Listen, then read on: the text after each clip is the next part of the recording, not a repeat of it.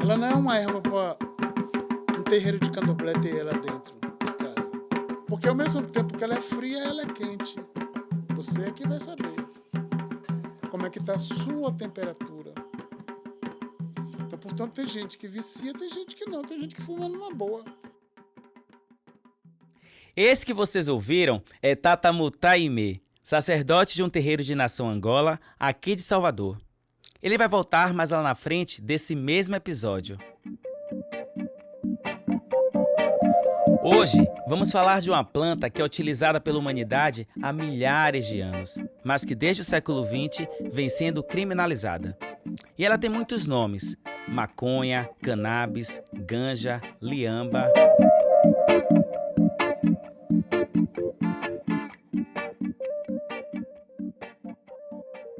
A palavra cannabis quer dizer cana aromática. E está na vida tá na história humana, assim, através de milênios, né? Isso vindo do latim, mas muito anterior ao latim, vindo da região do Oriente Médio, da Pérsia, da Índia e da China, que é a origem do cultivo dessa planta. Há 12 mil anos foi uma das primeiras plantas a serem cultivadas, talvez a primeira, bem antes de milho, batata, feijão. O nome maconha é um nome africano, é um nome que é encontrado na África, numa parte da África de centro-sul, de influência banto, junto com outros nomes, com vários outros nomes. Alguns chegaram aqui, liamba, jamba, outros não. Tem ganja, que vem lá do rio Ganges, que vem da Índia e que passa pela Jamaica. Esse que está dando o contexto histórico da maconha é Siddhartha Ribeiro. Siddhartha é doutor em comportamento animal pela Universidade Rockefeller, dos Estados Unidos. Neurocientista, biólogo, escritor, professor titular e um dos fundadores do Instituto do Cérebro, na Universidade Federal do Rio Grande do Norte, onde ele desenvolve pesquisa sobre sono, sonhos, memória, neuroeducação e psicodélicos. Siddhartha é conhecido por sua atuação na divulgação científica e por sua postura crítica e engajada em temas sociais e políticos. Ele já publicou diversos livros, dentre eles As Flores do Bem, que mistura ciência, história e ativismo para discutir a maconha e seu papel na sociedade. Assim como tem a diáspora africana, tem a diáspora das terapêuticas africanas que vieram com essas populações escravizadas ao longo de séculos, do uso fumado da cannabis, que veio da África, do uso na forma de emplastros, de ungüentos, de chás, inclusive o chá da folha. Então, o uso da planta sagrada. Isso foi vilipendiado. Esse aspecto fundamental dessa planta é bastante vilipendiado, né, porque ela foi demonizada em quase todo o planeta. Atualmente, a maconha, ou como preferem os conservadores, cannabis medicinal, é utilizada para aliviar sintomas de algumas doenças, como epilepsia, mal de Parkinson, Alzheimer, doença de Crohn, esclerose múltipla, fibromialgia, dor crônica e transtornos de ansiedade. Mas no Brasil, assim como em outros países, o uso recreativo da cannabis ainda é proibido. E muitas vezes, para ter acesso ao tratamento medicinal, as pessoas precisam entrar na justiça. Vamos juntos conhecer os benefícios da maconha e entender os motivos pelos quais ainda hoje, em pleno século XXI, tem tanta gente travando uma guerra contra uma planta que há milênios é usada como remédio, terapia e conexão com o sagrado.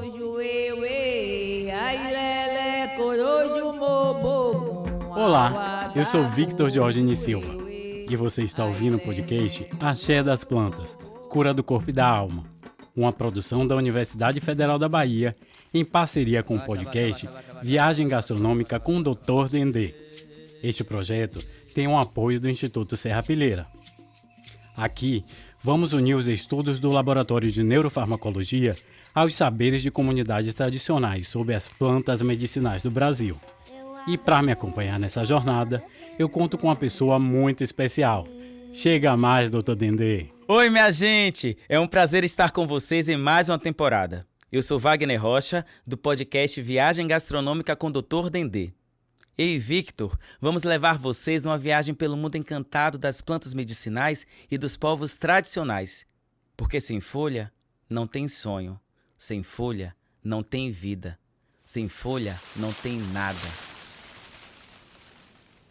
Victor, um dos nossos objetivos no episódio de hoje é desmistificar essa ideia corrente no senso comum de que a cannabis é remédio e maconha é droga. Afinal, não é tudo a mesma planta? De onde saiu essa ideia? Vamos entender o quanto de racismo tem nessa afirmação.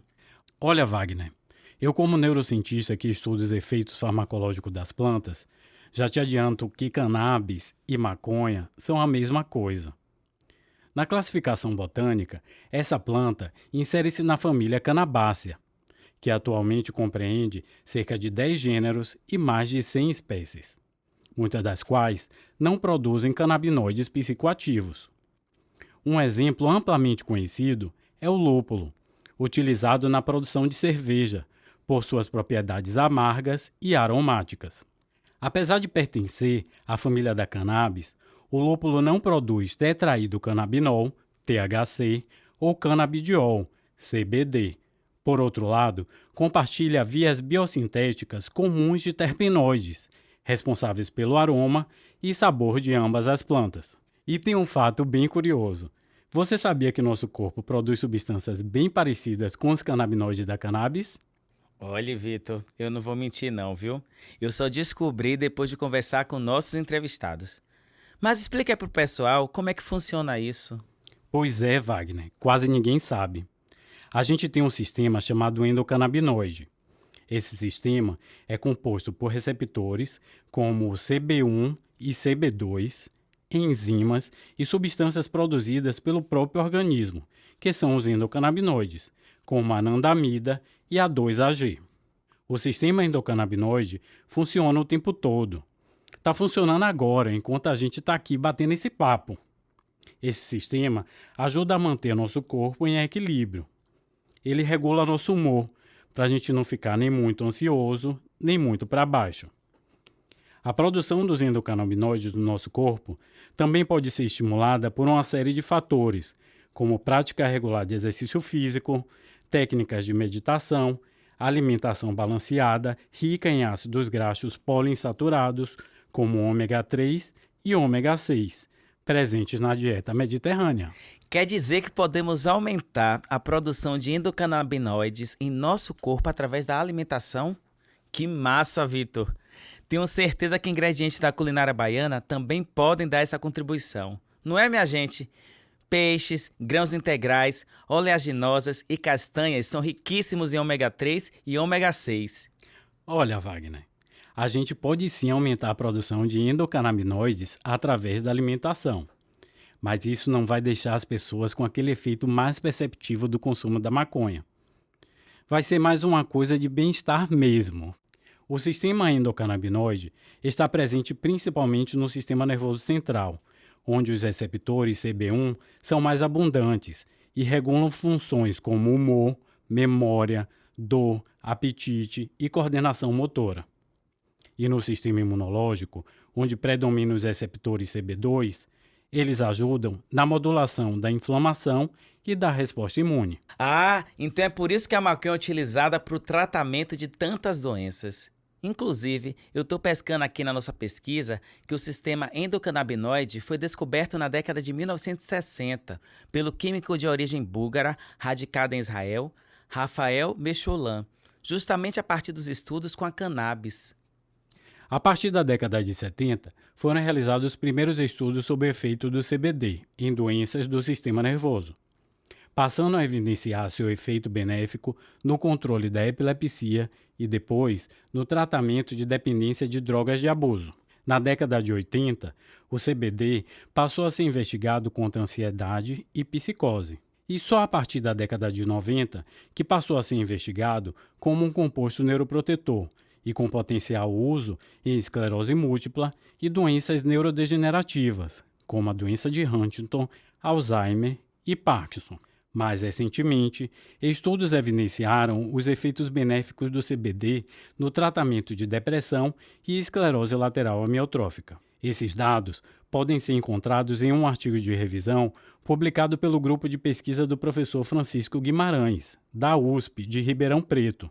Ele é doutor em farmacologia pela Universidade de São Paulo e especialista nos efeitos de canabinoides no sistema nervoso. Uau! Que planta potente, viu? E tem mais, Wagner. Hoje sabemos que os canabinoides, como o CBD, podem atuar em outros tipos de receptores. Estudos do professor Francisco, com a professora Elane Delbel, também da USP, demonstraram que o efeito antipsicótico do CBD parece depender da ativação de um outro tipo de receptor, de serotonina, que desempenha papel crucial na regulação do humor e ansiedade. E também tem mais um receptor, o TRPV1, mais conhecido pelo seu envolvimento na percepção da dor e de temperatura. Isso tudo é muito interessante mesmo, Victor. E daqui a pouco a gente vai falar também sobre a relação da cannabis com várias religiões. Mas por enquanto, para continuar essa conversa, vamos chamar a doutora Mariane Ventura, especialista em medicina de família e comunidade pelo Programa de Residência Médica do SUS. Ela também é especializada em medicina da dor e prescreve cannabis desde que se formou na Universidade Federal da Bahia. Eu queria saber, assim, se você pode nos relatar casos do uso da cannabis medicinal para tratamento de insônia, ansiedade, depressão, essas doenças que a gente fala que atingem, né, a saúde mental, que afetam a nossa saúde mental. Essas são as principais procuras, eu diria. Inclusive, se eu pensar no público de adulto, é justamente ansiedade, insônia. A depressão entraria como algo secundário e também, por exemplo, distúrbios relacionados à atenção, concentração, alguns TDAHs e autistas. Em relação a, por exemplo, ansiedade. Quando a gente fala cannabis é um universo. Então, cannabis é uma planta que tem diversas substâncias dentro dela, que a gente chama de canabinoides, esses fitocannabinoides, melhor falando, que são essas substâncias ativas da planta. Então, por exemplo, a gente tem o CBD, que é o canabidiol, que as pessoas falam, que tem muitos estudos relacionados a reduzir a ansiedade. Então, de fato, eu vejo na prática também que ele realmente tem um efeito de deixar a pessoa mais calma, mais tranquila, dormir melhor. E o interessante é que ele não tem tanto efeito, ele na verdade ele não tem efeito psicoativo. Já o THC ele também tem esse efeito relaxante, calmante, mas a depender da pessoa, ele pode causar ansiedade. Então, tudo depende da dose. E assim, no tratamento com cannabis, a gente tem que fazer acompanhamento, então é muito individualizado. Então, se você chega me falando, eu tenho ansiedade, e vamos supor, eu vou usar um óleo e meu amigo está usando o mesmo óleo também. Não significa que a sua dose vai ser igual a dele. Isso é uma coisa muito importante, Wagner. A cannabis deve ser prescrita individualmente. Cada pessoa tem uma indicação de uso, a depender do tipo de doença, genética e história de vida. Já existem muitos estudos clínicos, ou seja, feitos em seres humanos, garantindo que a maconha é segura no tratamento de certas doenças.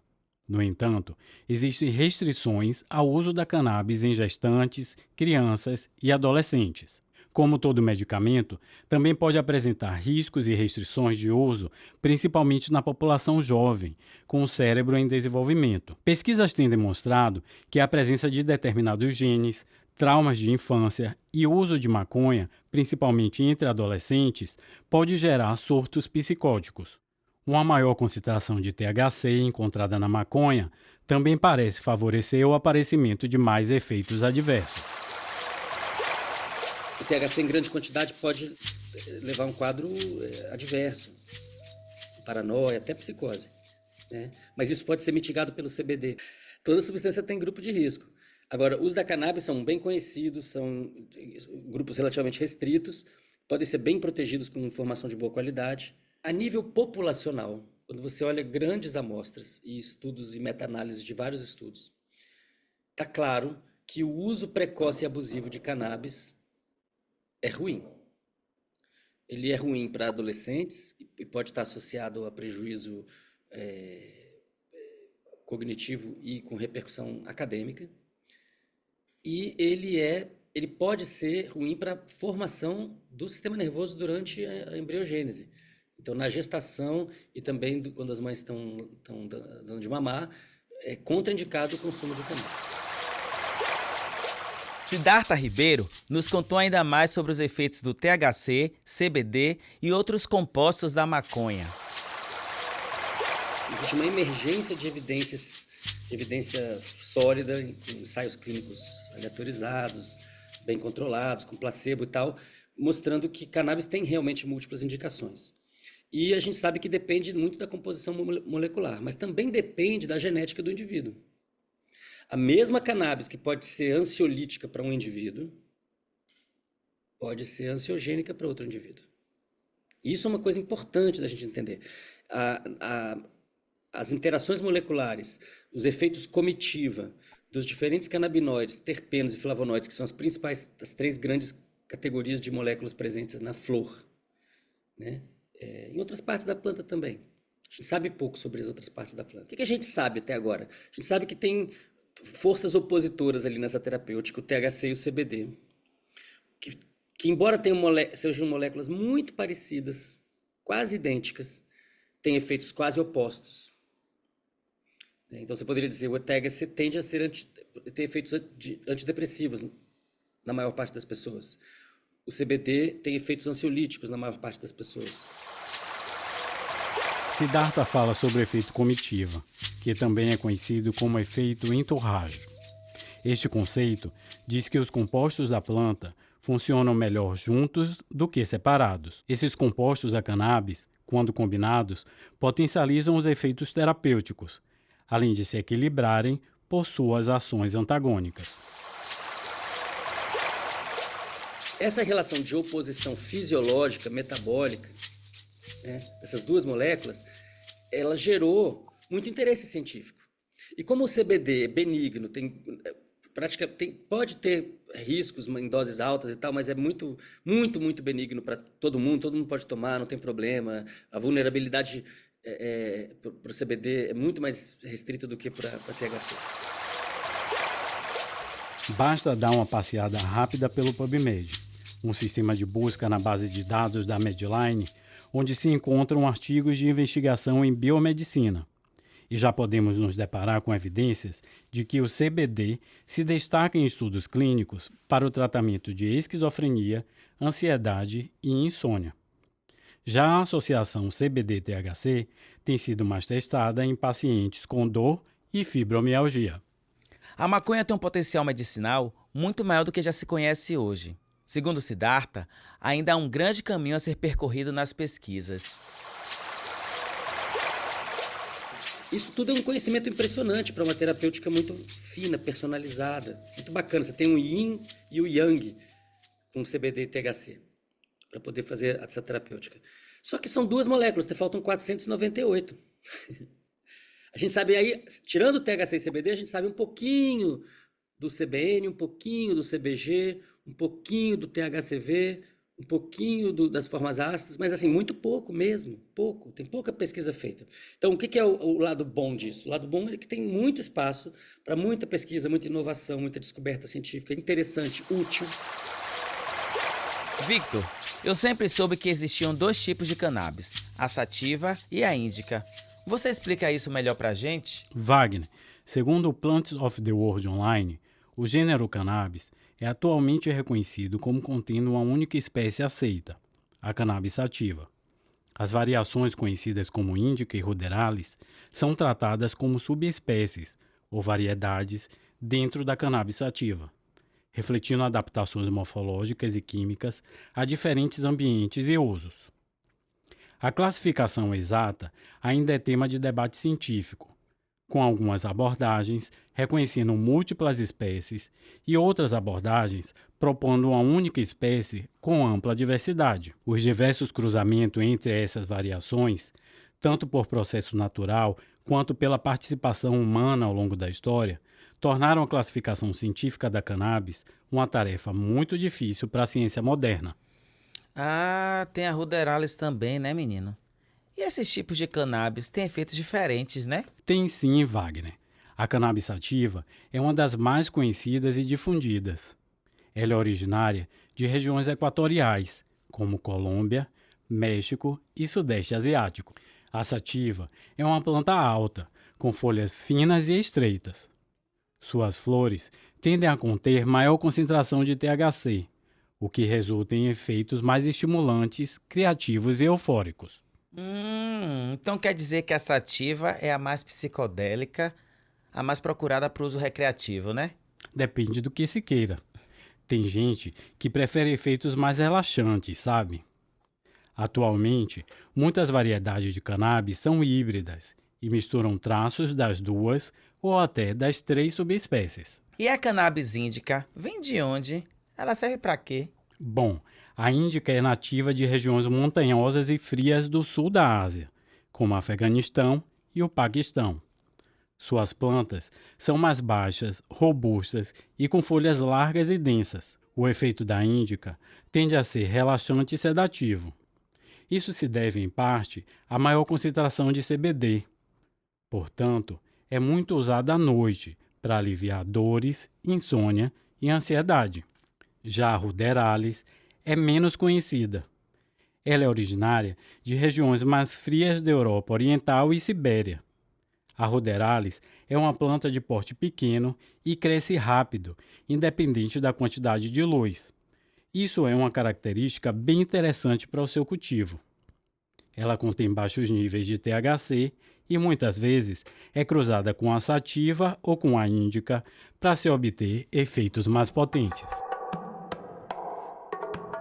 E a maconha, minha gente, ela cresce com pressa, como se soubesse que tem pouco tempo no calendário. Essa é a cannabis sativa, uma herbácea anual que vive intensamente em seu curto ciclo. Ela é, na maioria das vezes, dioica, o que significa que existem plantas meninas que carregam flores femininas com estrutura que os botânicos chamam de gineceus e plantas meninos que produzem flores masculinas com estrutura chamada de androceus. Mas em certos momentos de estresse ou quando há cruzamentos bem inusitados, feitos pelo homem ou pela natureza, surgem flores hermafroditas, como se a planta decidisse, sozinha, reunir os 2 mundos florais em um só corpo. Suas raízes são como uma âncora viva. Uma raiz principal profunda e decidida perfura o solo em busca de água e nutrientes, enquanto várias raízes laterais se ramificam e fortalecem essa busca. Brancas e cobertas por pelinhos finos que parecem mãos sedentas por minerais. Esse sistema radicular bem armado é sua base de sustentação e sobrevivência. Isso mesmo, Wagner. E o caule é um verdadeiro pilar natural.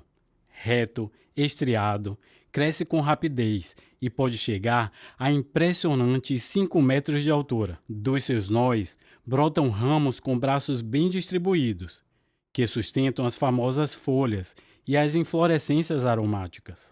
Falando das folhas, elas são o retrato da identidade da planta, compostas e com folíolos que se abrem como dedos da palma da mão. É por isso que são chamadas de palmado-digitadas. As folhas variam de 5 a 11 dedos, que são lanceolados e dentados nas bordas. E a forma dessas folhas guarda os segredos de suas origens. A subespécie sativa exibe folhas longas e estreitas, como lanças verdes, apontando para o céu. A índica mostra as folhas mais curtas e largas, robustas como mãos firmes. Já a ruderalis, mais discreta, geralmente apresenta 3 a 5 folíolos pequenos, como se preferisse mesmo a simplicidade.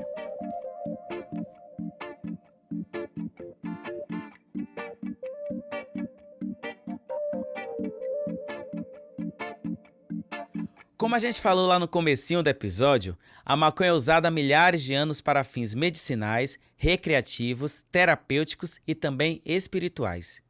Em várias culturas, ela tem um papel importante em rituais e práticas religiosas.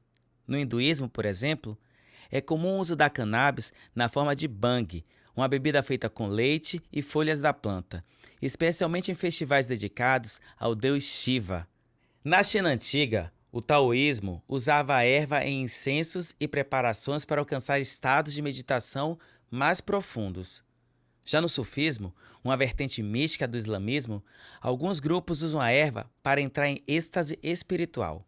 No Brasil, algumas religiões de matriz africana utilizam a cannabis em práticas religiosas, como rituais de limpeza espiritual, defumações e banhos, e para facilitar a comunicação com as divindades. Mas é importante dizer que nem todo terreiro utiliza a cannabis. Cada casa tem seus fundamentos e suas formas de lidar com as ervas sagradas. Vamos ouvir Tata Mutaimê, sacerdote do terreiro Mutalambô e Ekaiongo, que fica aqui em Salvador. Essa é uma casa ligada à tradição do candomblé Angola, que veio para o Brasil com os povos bantus. Eu não tenho, no pé do mesmo Zila, não tenho, de pombó, não boto. Não assento os meus pombós com ela.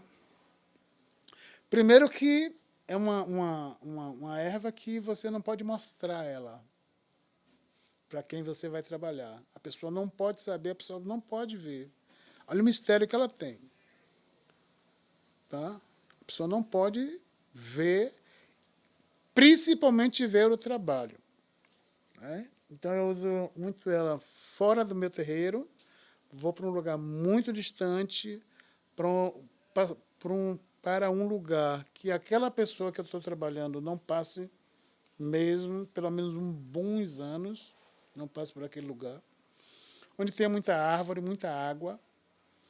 Né? Então a gente prepara, né, os cigarrinhos, né, e entrega para esse unzila, né, esse unzila de rua, para, né, giramavamba, esses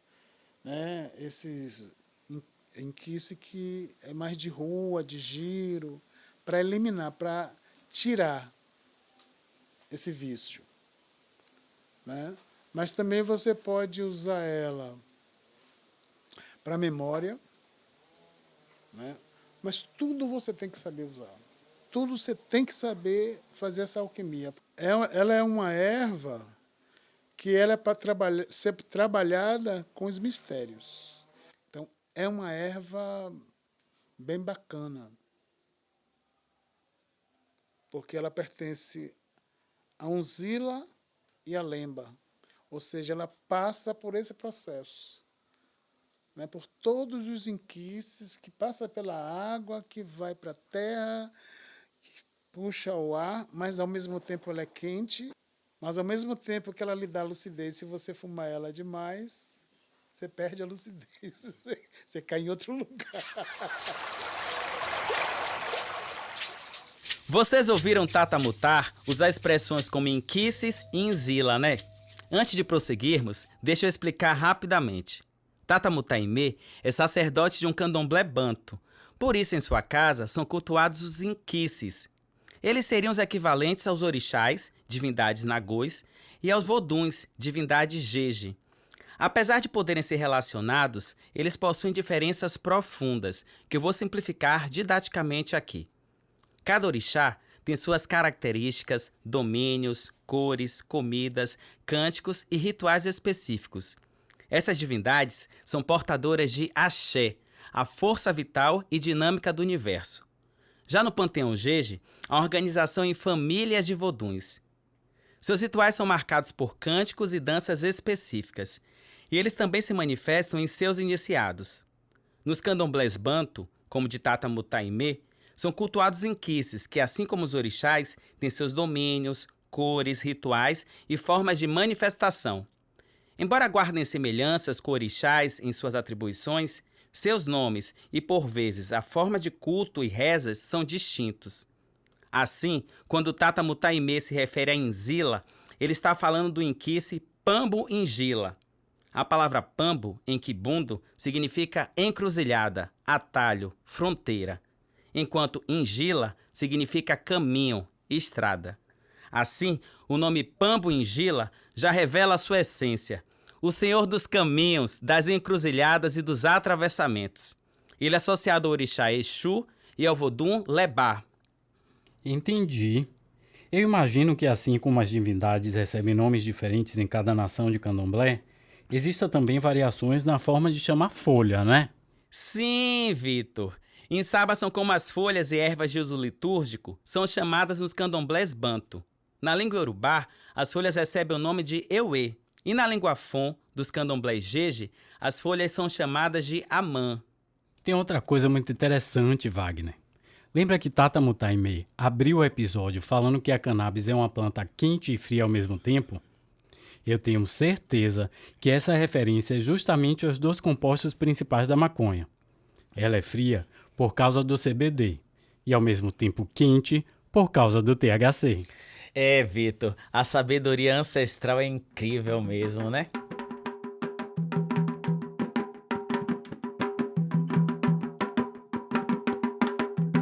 Aqui no Brasil, a gente também encontra uma prática conhecida como Santa Maria. Ela é presente em algumas vertentes do Santo Daime, em que a maconha, chamada de Santa Maria, é considerada uma planta sagrada. Nessa tradição, a cannabis é usada para a expansão da consciência, conexão espiritual e autoconhecimento. Mas a gente vai conhecer mais sobre o Santo Daime no último episódio da temporada, que vai falar sobre a ayahuasca. Vitor, como a maconha não é nativa do Brasil, os povos originários daqui não conheciam a planta antes da colonização. Inclusive, a principal plantação de maconha do Brasil no século XVIII era do estado, a Real Feitoria do Linho Cânhamo, no Rio Grande do Sul. Na época, a fibra da planta era utilizada para produzir tecido, corda e velas das caravelas. Foi só a partir do contato com outras culturas que algumas comunidades indígenas começaram a utilizar a cannabis como medicina. Vamos ouvir o pajé Maná Xanenauá, do povo indígena Xanenauá do Acre.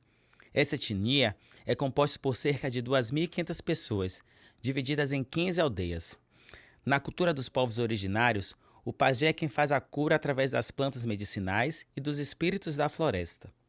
Ele também é o guardião da sabedoria ancestral. Pajé Maná Xanenauá contou pra gente que seu povo não utiliza a cannabis como medicina.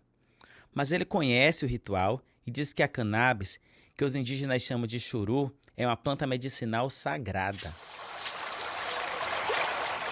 Eu tenho ela também como uma medicina sagrada, né? Porque é uma planta tradicional. É uma planta como qualquer outra planta. É como uma fruta, é como um alimento, é como qualquer outra planta. A medicina é sagrada.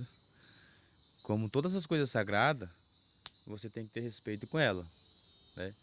Você tem que ter respeito com todas as medicinas.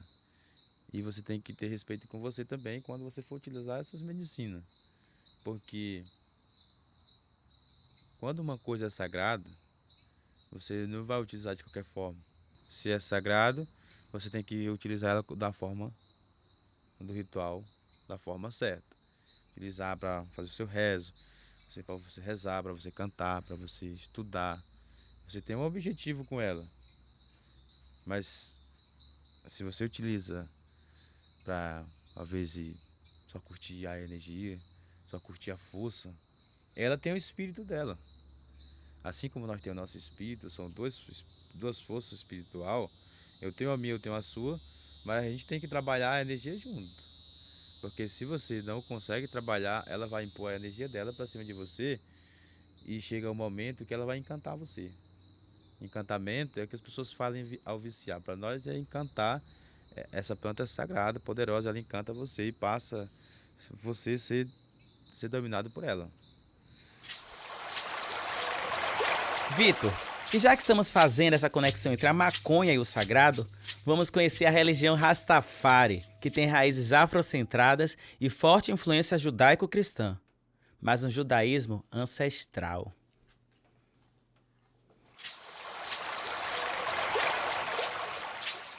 Através da união da rainha de Sabá com o rei Salomão, foi estabelecida a religião Rastafari na Etiópia.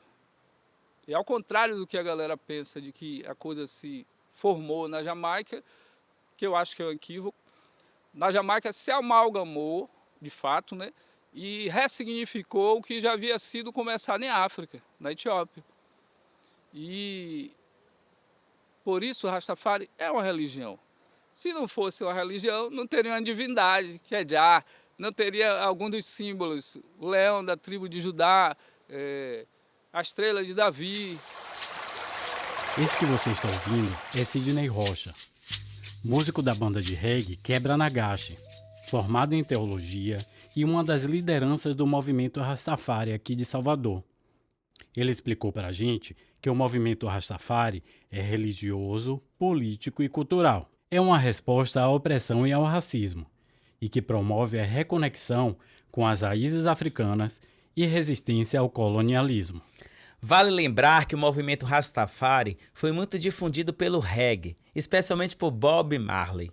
Para os rastas, a cannabis, que eles chamam de ganja, é considerada uma planta sagrada. Ela é utilizada principalmente em rituais espirituais e para reflexão de temas filosóficos e sociais. Os rastas acreditam que a ganja purifica o corpo e a mente e facilita a leitura e interpretação da Bíblia, especialmente do Velho Testamento, que é a base da fé Rastafari. E olha que interessante, Victor. Mesmo a palavra cannabis não aparecendo nas escrituras, os Rastafaris interpretam algumas expressões que aparecem no texto bíblico como cannabis. Um exemplo está no Êxodo 30, versículo 23. Abre aspas. Toma das principais especiarias, da mirra fluida e da cana aromática. Fecha aspas. No que diz respeito à religião, a ganja é utilizada de maneira ritualística, principalmente quando se toca o Nayambing. O que é Nayambing? A galera se reúne para ler a palavra, né? Principalmente o Quebra Nagashi. O Quebra Nagashi também é um livro, como eu já havia dito também, meio que en passant, né? Ele fala de toda a linhagem salomônica até o do 125º descendente direto da tribo de Davi. Então a galera se reúne para tocar tambor e consome a ganja e queima a ganja de uma maneira ritualística. Mas é óbvio que dentro do movimento Rastafari também a ganja é utilizada, sempre foi utilizada de outras formas, né? Utilizada como remédio, utilizada como eu falei, essa coisa sacramental, né? Para purificar o ambiente. Então tem várias utilizações. O engraçado é que essa questão de minimizar a utilização da ganja também é outra hipocrisia tremenda que rola na sociedade. A maconha sofreu e sofre racismo porque é coisa de preto. Vamos ouvir Maiara de Queiroz, farmacêutica negra, que trabalha no SUS há 24 anos e conversou com a gente no primeiro e segundo episódio do podcast. É uma planta que sofreu racismo. A planta era utilizada livremente até 1930. Você tinha pessoas na rua, tinha os cigarros índicos que eram vendidos em farmácia, tinha produtos à base de cannabis nas farmácias. Nos formulários médicos estava lá a descrição. Na primeira farmacopeia brasileira tem a cannabis, tanto a sativa quanto a índica. E aí, de repente, se olha para a planta e diz, mas olha que essa planta tem uma ligação direta com os negros, né? Veio de África, né? Ela chega em África, vinda trazida por comerciante árabe, mas os negros trazem para o Brasil, plantam, né? Cultivam a planta é usada muito na perspectiva enteógena, né? De ligação com o sagrado, mas de repente, com o fim da escravidão, né? E essa coisa de tentar bloquear tudo que vem de África para o Brasil, começa a se proibir tudo, né? Se proíbe samba, se proíbe batuque, se proíbe capoeira, se proíbe. Quem é que vai ser proibida? Cannabis também, porque ela é fumo de negro. Minha gente, eu queria ampliar o debate. Só para vocês entenderem que o racismo não está só na maconha. O racismo também está em certos locais da academia e das instituições de saúde. O racismo na saúde é estrutural e institucional e dificulta o acesso e o tratamento de pessoas negras, indígenas e pobres no SUS. Esses grupos muitas vezes têm diagnósticos incorretos e menos acesso a tratamento de qualidade. Pois é, Wagner. Esses grupos têm muito pouco acesso ou quase nenhum ao tratamento com a cannabis medicinal. e o tratamento ainda é muito caro. Só quem tem condições financeiras consegue ter acesso. Ouça o que diz o Dr. Siddhartha Ribeiro. O acesso à terapêutica canábica tem um viés muito forte de classe social.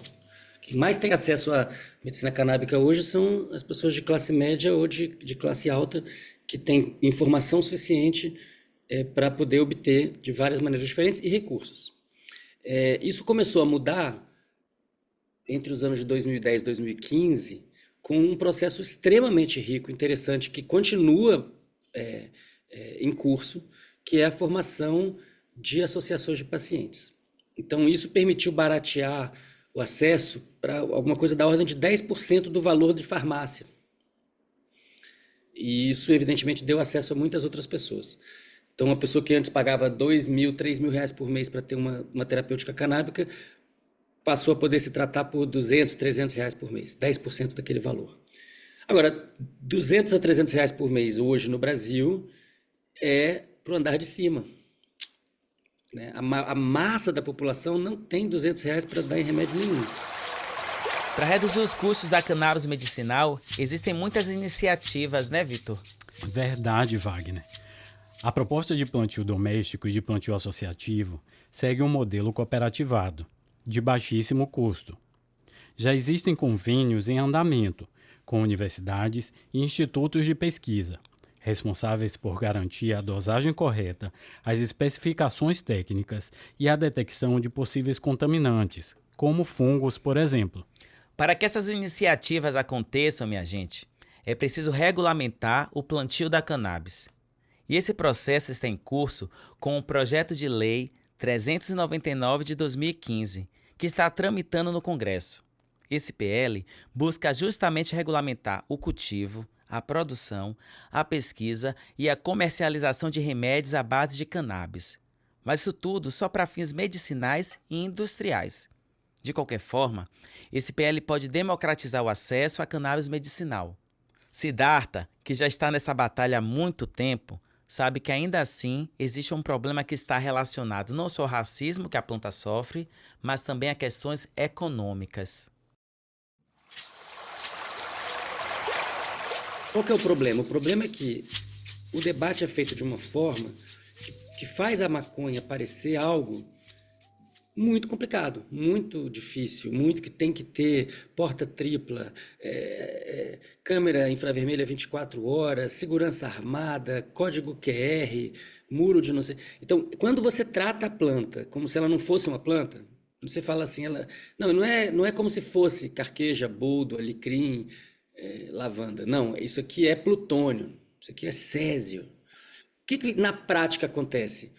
Só as grandes empresas se favorecem, porque são aquelas que têm essa estrutura montada e têm dinheiro para investir. Então, no fundo, cria-se uma dificuldade para vender uma solução só para os de cima, excluindo os agentes que podem contribuir para que a gente tenha um acesso amplo. O que seria o acesso amplo? Todo mundo que precisa ter acesso. E como é que a gente garante isso? Na minha concepção, a gente garante isso com o ecossistema mais diverso possível. O que seria o mais diverso possível? O indivíduo pode plantar, ele pode se associar com outras pessoas para plantar, ele pode fazer isso através de uma associação já pré-existente ou criar uma nova, ele pode obter isso na farmácia Viva do SUS como fitoterapia. Sim, ele pode obter isso como remédio importado no SUS, que é o que acontece hoje, na maior parte dos casos. A médica Mariane Ventura tem a mesma opinião de Siddhartha Ribeiro. Uma coisa que eu acho muito problemática é que está se tornando muito elitizado. Então, até que ponto, se a gente legalizar, a população vai ter acesso? Esse é um questionamento que eu não sei até que ponto será realmente voltado, por exemplo. Essa produção vai ser do agro ou essa produção o pequeno produtor vai poder conseguir um quilombo, por exemplo, vai conseguir produzir uma cannabis e produzir, quem sabe, um óleo, até alguma coisa assim, comercializar? Até que ponto vai se tornar só agro, só indústria farmacêutica? Sempre tem interesse econômico envolvido, né, Vitor? Racismo e capitalismo juntos, misericórdia. E a população pobre e periférica tem um acesso negado. é realmente um absurdo. Uma coisa muito comum para pacientes que precisam utilizar a maconha medicinal é entrar na justiça. Ouça a médica Mariane Ventura mais uma vez. A gente ainda não tem uma lei nacional. A gente tem alguns municípios que têm leis, mas normalmente eles restringem algum público. Exemplo, São Paulo, epilepsia refratária, ou seja, não é qualquer epilepsia. Epilepsia que a pessoa utilizou 4 medicações, não teve resultado, tem que entrar com processo, é um processo burocrático, é uma certa empresa que ganhou a licitação, então tem uma limitação de produtos, a gente não tem um monte de produto disponível. Aqui em Salvador a gente tem uma lei que foi aprovada, mas ainda não está em vigor, infelizmente. Então, o que alguns pacientes fazem? Colocam na justiça. É uma das formas, demora um pouco, mas é possível, principalmente para doenças mais graves, assim, epilepsia, a depender Alzheimer, Parkinson, dor crônica, a depender, consegue. Então é importante que toda a sociedade, idealmente, saiba sobre isso, para a gente lutar para realmente se tornar democrático e para a gente ter também reparação histórica.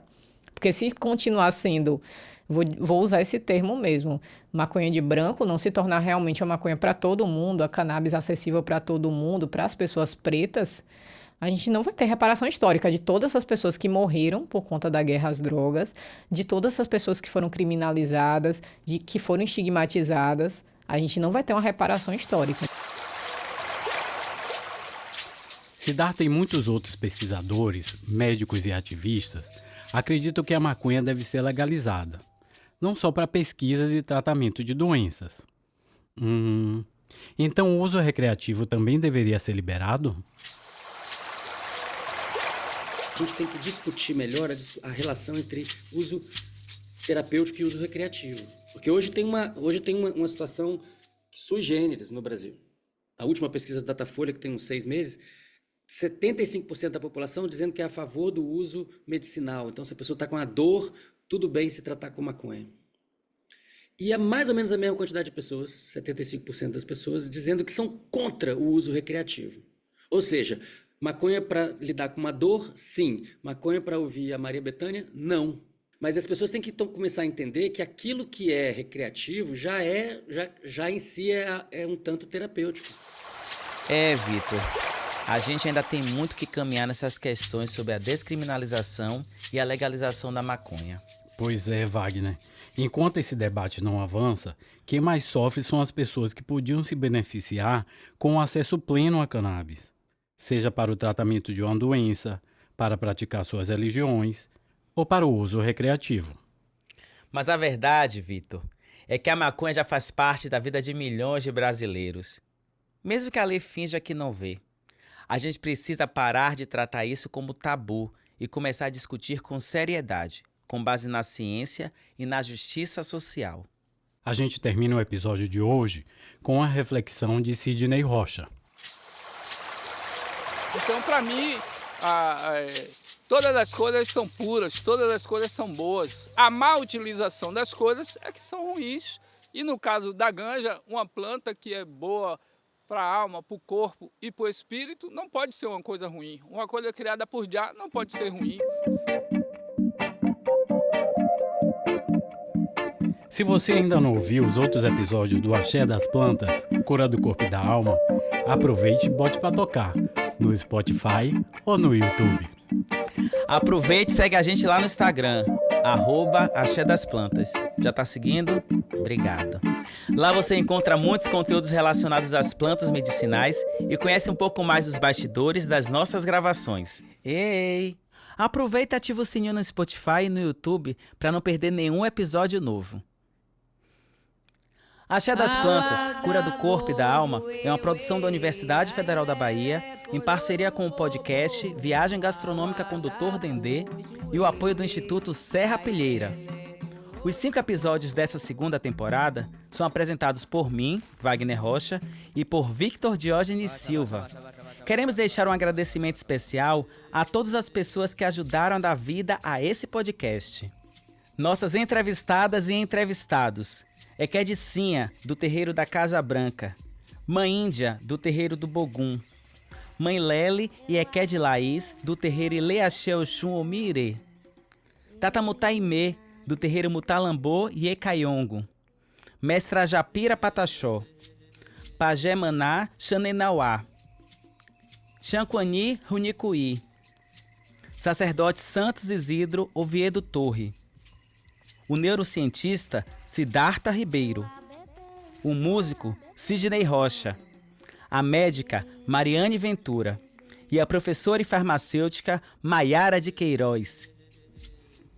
Na apresentação, Victor Jorge Silva e Wagner Rocha. Na direção, Silvana Moura. No roteiro, Mayra Cristina. Na edição, Daniele Freire. Na produção e assessoria de imprensa, Jean Cardoso. Nosso social media e editor de vídeo é Romeran Ribeiro. Os mobilizadores das redes sociais são Aimee Alves, Lucas Oliveira e João Antônio Lima. No design e identidade visual, Davi Barreto. Na captação de som externo, Omi Bolu. E na captação do som em estúdio, André T. A trilha sonora é de Saputi e Rafael Calunga, com a participação de Átila Marques. Assessoria Científica em Ciências Humanas, Rafael Fontes. Na assessoria para Ciências Biológicas e da Saúde, Aimee Alves, Clarice Schittini, Deise Vilas Boas, Lenise Guedes, Lucas Oliveira, Márcia Silva, Rafael Short, Ravena do Nascimento, Suzana Braga, Igor Gessé e eu, Victor Diógenes Silva. Nossos agradecimentos também ao mentor Terro Preste e ao nosso podcast parceiro, Viagem Gastronômica com Dr. Dendê. Os episódios foram gravados no Estúdio T, financiamento Instituto Serra Pilheira. Até a próxima!